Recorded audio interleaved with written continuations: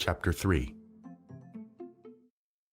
The cat and boots continued for 2 or 3 months to bring presents to the king.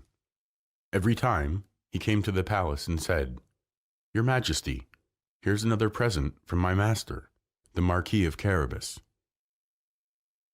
Then one day, one of the cat's friends in the palace said to him, "The king wants to drive today in his carriage along the bank of the river. His Majesty is going to take his daughter with him." The young princess was a very beautiful girl. The cat in boots said to his master, "Now you must do what I tell you." The miller's son knew nothing about the cat's new plan, but he was sad and unhappy. That's why he agreed at once. "Be it so," he said. "Tell me about your plan." "I don't ask much," said the cat, looking wise, as cats can. "All you must do is to go and bathe in the river. I know a good place.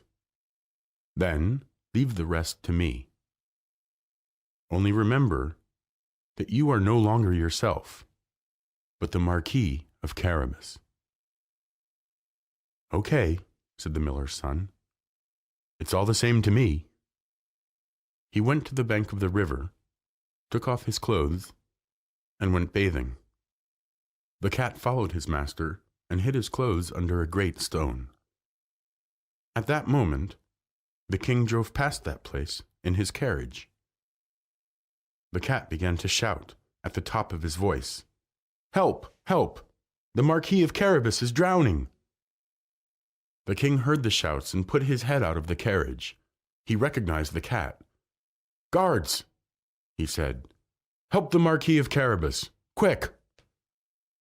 The guards ran to the river. They quickly pulled the young man out of the water. The cat came up to the king's carriage. He made a low bow and gave his explanations. "My master went bathing," he said, "and suddenly some thieves came. They took all his clothes and ran away. And now, the Marquis of Carabas can't appear before your Majesty and your beautiful daughter." "Oh, it's not a problem at all," said the king. He ordered one of his guards to ride back to the palace and bring fine clothes for the Marquis of Carabas. Soon, the guard brought a nice suit for the miller's son. The young man put it on and came up to the carriage to thank his Majesty. The miller's son wasn't rich, but he was a handsome and well-built fellow. In the king's elegant suit, he looked like a real gentleman. The beautiful princess admired the handsome young man very much.